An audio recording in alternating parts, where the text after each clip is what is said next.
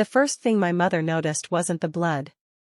It wasn't the oxygen mask fogging with every shallow breath. It wasn't the unnatural stillness of the daughter who had never known how to be still. It was the name stitched in navy thread across the white coat walking toward the stretcher. Dr. Irene Yolette. Her fingers tightened around my father's arm so violently that later he would find bruises blooming beneath his sleeve. For 5 years, I had not existed in their lives. For 5 years, I was a silence at Thanksgiving. A carefully avoided subject at Christmas. A name that felt too heavy to say out loud. For 5 years, I was no one's daughter. And now, I was the only surgeon standing between Monica and death. But this story doesn't begin in a trauma bay. It begins at a kitchen table in Hartford, Connecticut. Fall of 2019. The last time my father ever looked at me with something that resembled pride. There were 2 daughters in the Yolette house. But only one who mattered. Monica was 3 years older. She didn't enter rooms, she commanded them. Even as a child, she understood something I never did: attention was currency. And she knew how to spend it. School plays. Debate team. Student council. She could make adults laugh with perfectly timed self-deprecation. She could tilt her head just enough to make teachers feel protective. My parents, Jerry and Diane Yolette, were good people in the way that neighbors describe good people. Hardworking. Reliable. Respectable. Dad managed a manufacturing plant. Mom did bookkeeping part-time. They valued 2 things above everything: appearances and obedience. Monica delivered both flawlessly. I delivered silence and straight A's. I was the quiet one. The one reading biology textbooks at Thanksgiving while Monica entertained the table with dramatic retellings of her week. I wasn't rebellious. I wasn't difficult. I simply didn't perform. And in our house, if you didn't perform, you faded. There's a specific kind of loneliness that comes from being unseen in your own family. It doesn't scream. It hums. Constantly. Like background static you eventually mistake for normal. 8th grade. I qualified for the state science fair. The only student from our school. The same weekend, Monica had a community theater performance. Guess where my parents went? When I came home with a second-place ribbon, my father glanced at it like it was a grocery receipt. That's nice, Ray. That was the entire ceremony.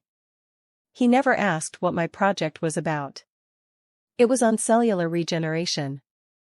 The irony isn't lost on me now. I told myself it didn't matter. I told myself I didn't need applause. But something in me hardened that day. Not resentment. Resolve.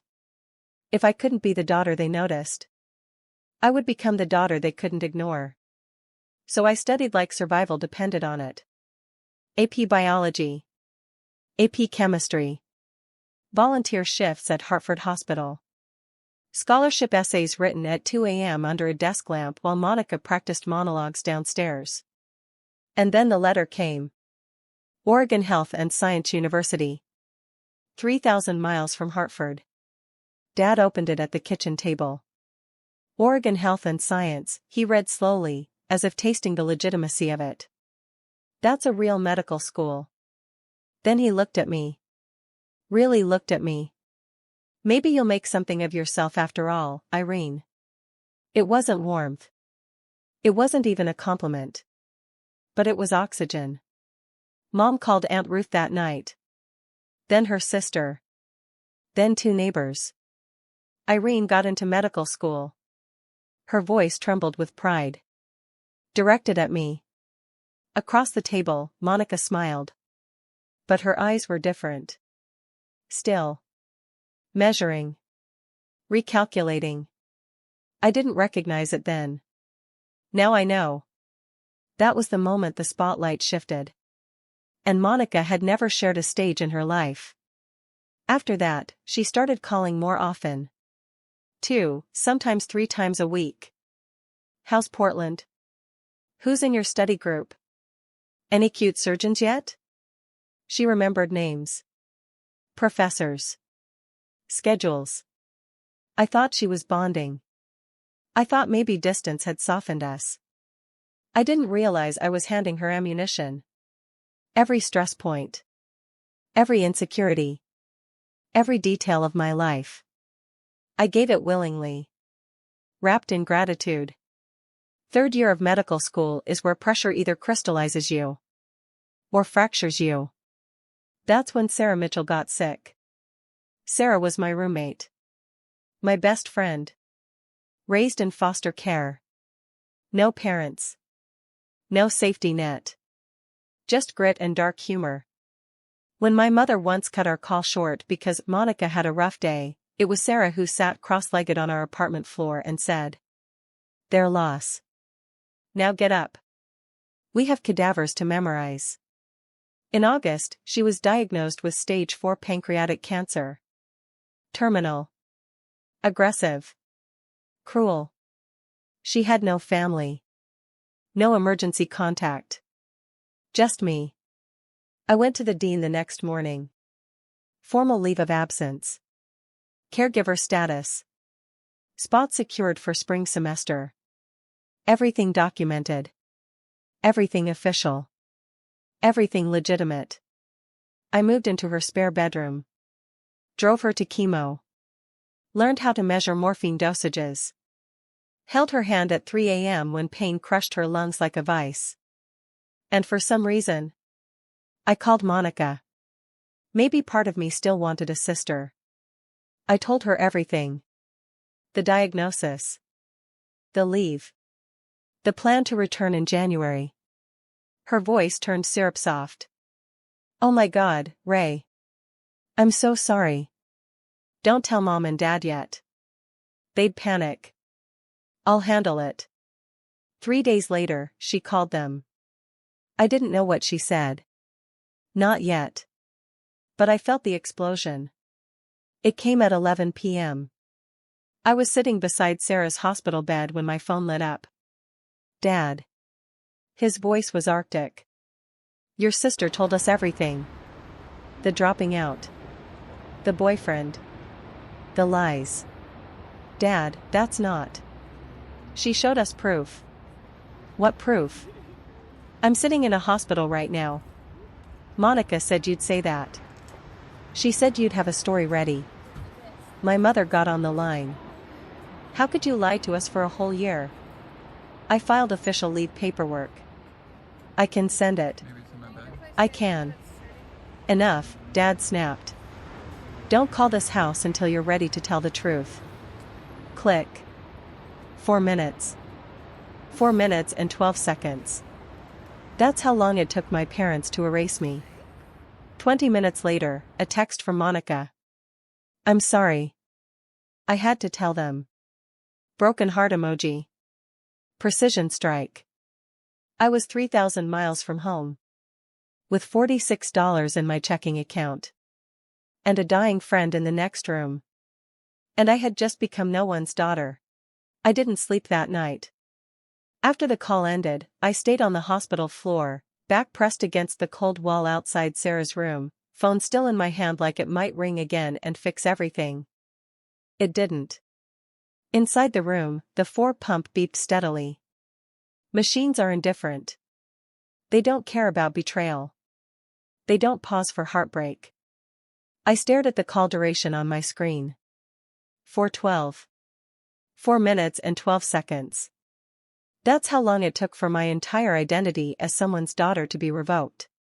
20 minutes later, Monica texted. "I'm sorry, Ray. I couldn't keep your secret anymore." Broken heart emoji. That was the signature. Not anger. Not accusation. Just careful execution disguised as concern. I read it 3 times before the truth landed. She hadn't slipped. She hadn't misunderstood. She had planned this. And she knew exactly how my parents would react. The next morning, I started calling. Because that's what you do when your family detonates around you, you try to contain the blast. Call 1. Voicemail. Call 2. Voicemail. Call 3. Straight to voicemail. By call 4, my father had blocked my number. I stared at the screen, waiting for the call failed message to feel temporary. It wasn't. I called my mother. It rang once. Then silence. Blocked. I sat at Sarah's kitchen table, hands shaking, and opened my laptop. If they wanted proof, I would give them proof. I attached the official leave of absence documentation from the dean's office. Signed. Stamped. Institutional letterhead. I included the dean's direct phone number. I included the contact information for Sarah's oncologist. I wrote 2 emails. The first was short. Calm. Rational. The second was long. Detailed. Explaining everything. Begging them to call the dean. Begging them to verify. Begging them to ask anyone but Monica. I hit send. And waited. Nothing. Not even a read receipt. On day 3, I wrote a handwritten letter. 4 pages. Careful penmanship. I explained the diagnosis. The prognosis. The paperwork. The plan to return in January. I told them I loved them. I mailed a priority from Portland. 5 days later, it came back. Unopened. Stamped, returned to sender. I recognized my mother's handwriting on the envelope. She hadn't even broken the seal. Something inside me didn't shatter. It crystallized. I called Aunt Ruth. Dad's younger sister. The only adult in my childhood who ever asked follow-up questions. She answered on the second ring. Irene? Honey, what's wrong? I told her everything. Every detail. She listened without interrupting. Then she said, I'll call your father. 40 minutes later, she called back. Her voice was heavy. He told me to stay out of it. What did he say? She hesitated. He said you've made your bed. I felt something cold slide through my chest. Did you tell him about the leave? I tried. And? He hung up. That was the moment I understood something that had been true my entire life. Monica didn't need to prove anything. She only needed to speak first. Her version had always been the default setting. Mine required evidence. And even evidence wasn't enough. 5 days. 14 calls. 2 emails. 1 handwritten letter. 1 intermediary. Every attempt rejected. Blocked. Returned. On the 6th day, I stopped calling. Not because I gave up. Because I understood. They had chosen. And maybe they'd chosen long before this. Monica didn't convince them I was a liar. She simply handed them a narrative that was easier to believe. The quiet daughter who finally failed. The invisible one who cracked. It fit too neatly. Sarah's condition worsened in November. Chemo stopped working. Pain became constant. She tried to apologize once. I'm ruining your life, she whispered. I gripped her hand. You're the only reason I'm still standing. And it was true. Because if I had been alone in that apartment, alone with rejection and silence, I might have broken. But caregiving doesn't allow you to collapse. You measure dosages. You track vitals. You learn how to sleep in 90-minute increments. You don't have time to grieve what's still alive. December. Sunday morning. Hospice room. The light was pale and thin. Sarah's breathing had been shallow all night. Around 6:17 a.m., it changed. There's a sound people make at the very end. It isn't dramatic. It's almost a sigh. The monitor flattened. One long tone. And then? Nothing. I was the only one in the room. No parents to call. No siblings to notify. Just paperwork. Death certificate forms. Hospital staff speaking softly. I stepped outside into winter air and realized something brutal. The only person who knew why I'd taken leave of absence was gone. The one living witness to my truth. Silenced by biology. 6 people attended her funeral. 6. The chapel held 60. Rows and rows of empty pews stretched in front of me. I stood at the podium holding a folded piece of paper. My hands didn't shake. I had already cried for 3 months straight. There was nothing left to spill. I told them about the way she laughed. About her obsession with bad detective shows. About how she once said she would have made a terrible surgeon because she couldn't stand the sight of arrogance. Afterward, I walked back to our apartment alone. Her coffee mug still sat in the sink. Her jacket still hung by the door. The world hadn't adjusted yet. It still expected her. That night, I opened her copy of Grey's Anatomy. Inside, tucked between pages on pancreatic anatomy, was a yellow sticky note. Her handwriting was shaky but deliberate. Finish what you started, Irene. Become the doctor I know you are. And don't you dare let anyone, especially your own blood, tell you who you are. She had written it weeks earlier. She knew. She knew I would hesitate. I sat at the kitchen table for a long time. Laptop open. Re-enrollment application glowing on the screen. 2 options. Crumble. Or climb. No parents. No financial cushion. No emotional safety net. Just loans. Debt. Grief. And a promise scribbled on a sticky note. I clicked submit. January. I returned to medical school. No applause. No family in the audience. Just fluorescent lighting and the smell of antiseptic. I picked up extra student loans. Took a part-time research assistant position. Ate cafeteria leftovers more times than I'll admit. Medical school does not care about your personal tragedy. Exams do not pause because your family disowned you. Clinical rotations do not shorten because you cried in a supply closet at 2 a.m. So I stopped crying. And I started working. I worked like someone trying to outrun a version of herself that had been declared a failure. I studied until dawn. Volunteered for the worst shifts. Answered every page. If I couldn't have a family name to stand on, I would build one. One surgery at a time. And somewhere, 3,000 miles away, Monica was telling everyone a different story. But I didn't know that yet. All I knew was this. 5 days erased me. One sticky note rebuilt me.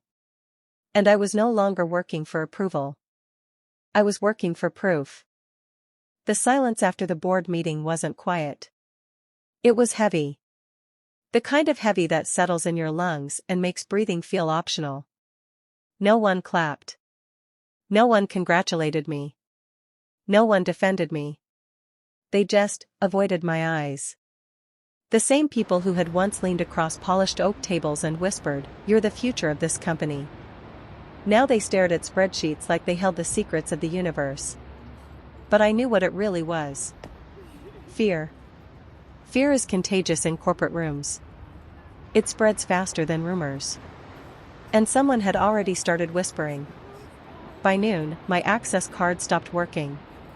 Not revoked. Not officially. Just system error. I stood outside my own office door while interns walked past pretending not to notice. The glass reflected my face back at me. Tired. Angry. But not broken. Not yet. At 1:17 p.m., my phone buzzed. Private number. I let it ring once. Twice. 3 times. Then I answered. Hello? A pause. Then a voice I hadn't heard in 3 years. Calm. Controlled. Familiar.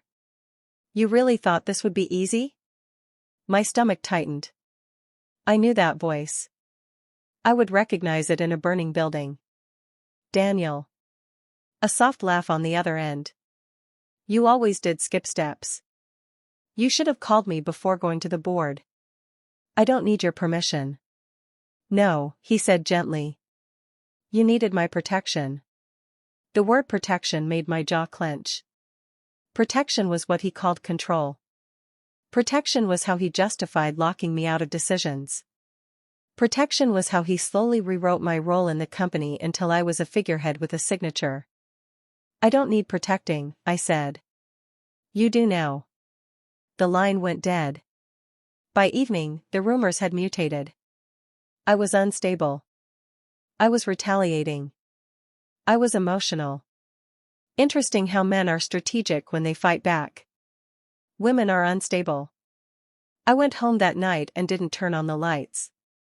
The apartment felt unfamiliar. Like I had already been erased from it. My laptop sat on the kitchen table. Open. Waiting.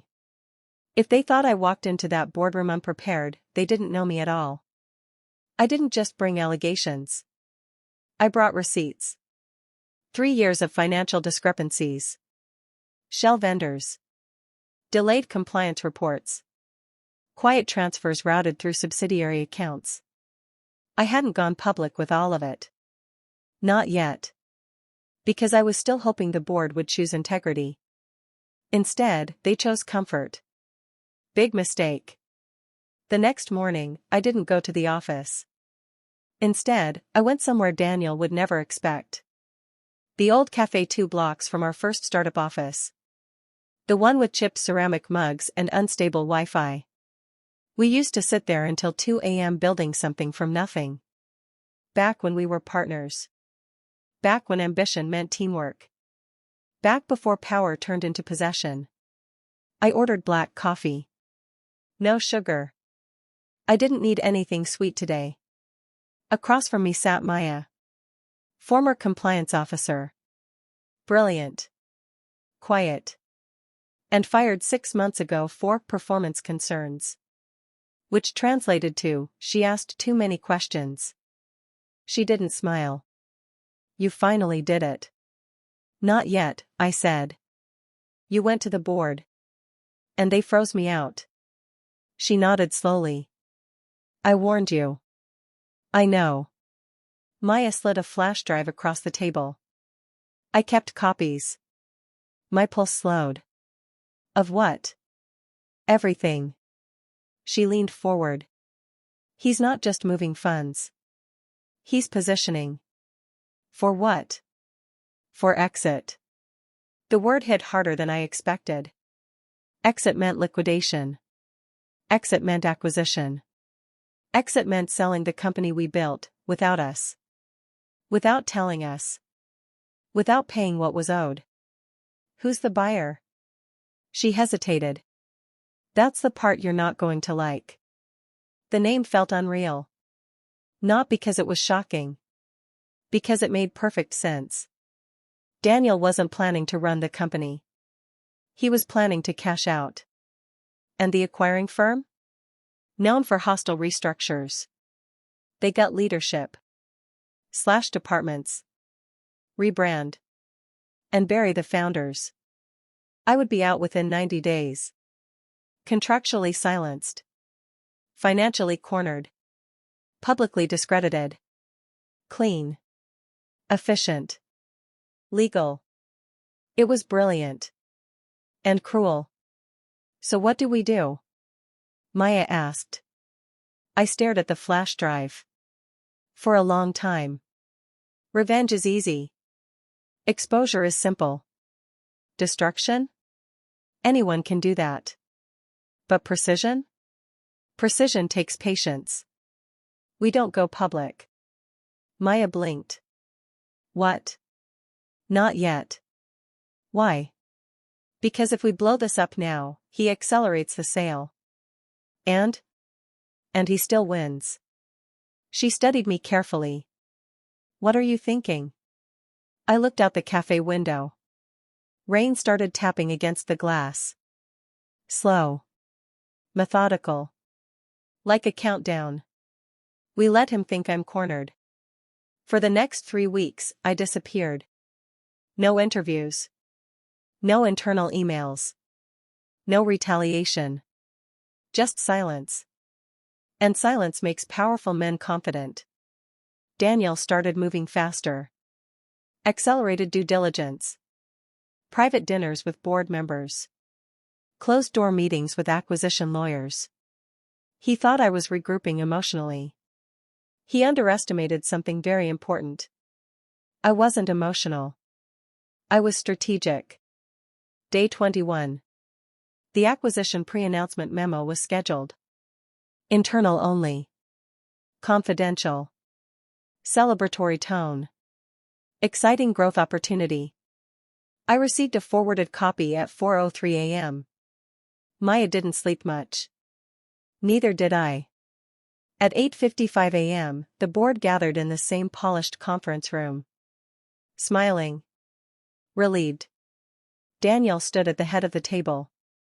Confident. Prepared. Winning. At 9 a.m. sharp, he began.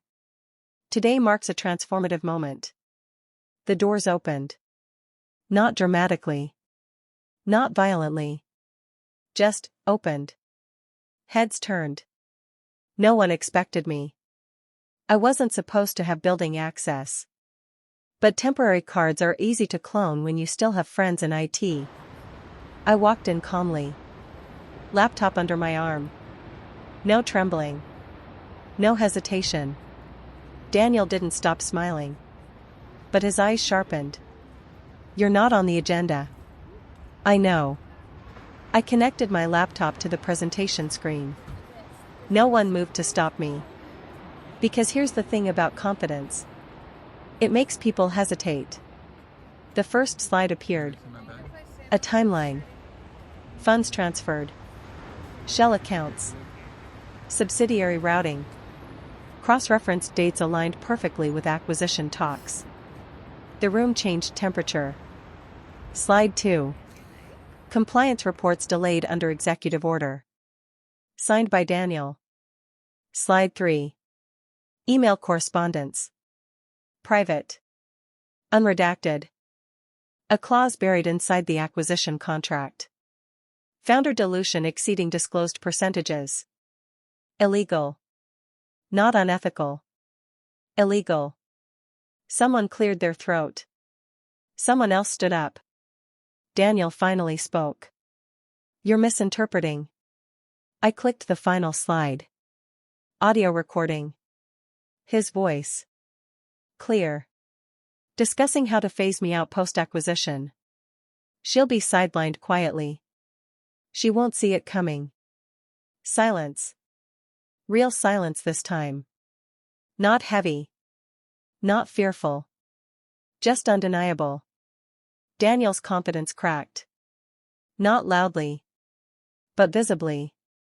Board members avoided his eyes now. Interesting how quickly loyalty shifts when liability enters the room. I closed my laptop. I didn't come here to destroy the company, I said calmly. I came to save it. No shouting. No dramatic accusations. Just facts. Cold. Structured. Precise. That's how you dismantle power. By removing its illusion. Daniel looked at me like he didn't recognize me. Maybe he didn't. Because the version of me he built his strategy around didn't exist anymore. By noon, emergency legal counsel was retained. By 2 p.m., acquisition talks were paused. By 4 p.m., Daniel was asked to step down pending investigation. Not fired. Not yet. But removed from authority. Temporary. Which in corporate language means permanent. He passed me in the hallway on his way out. No security escort. Not dramatic. Just quiet defeat. You could have come to me, he said softly. I looked at him. Really looked at him. I did. And I kept walking. That night, the apartment felt different. Not lighter. Not celebratory. Just steady. Revenge wasn't the goal. Control wasn't the goal. Restoration was. But something told me this wasn't over. Power doesn't disappear quietly. It regroups. And Daniel wasn't the kind of man who surrendered gracefully. At 11:42 p.m., my phone buzzed again. Unknown number. A message this time. 2 words. You started this. I stared at the screen. Then typed back. No.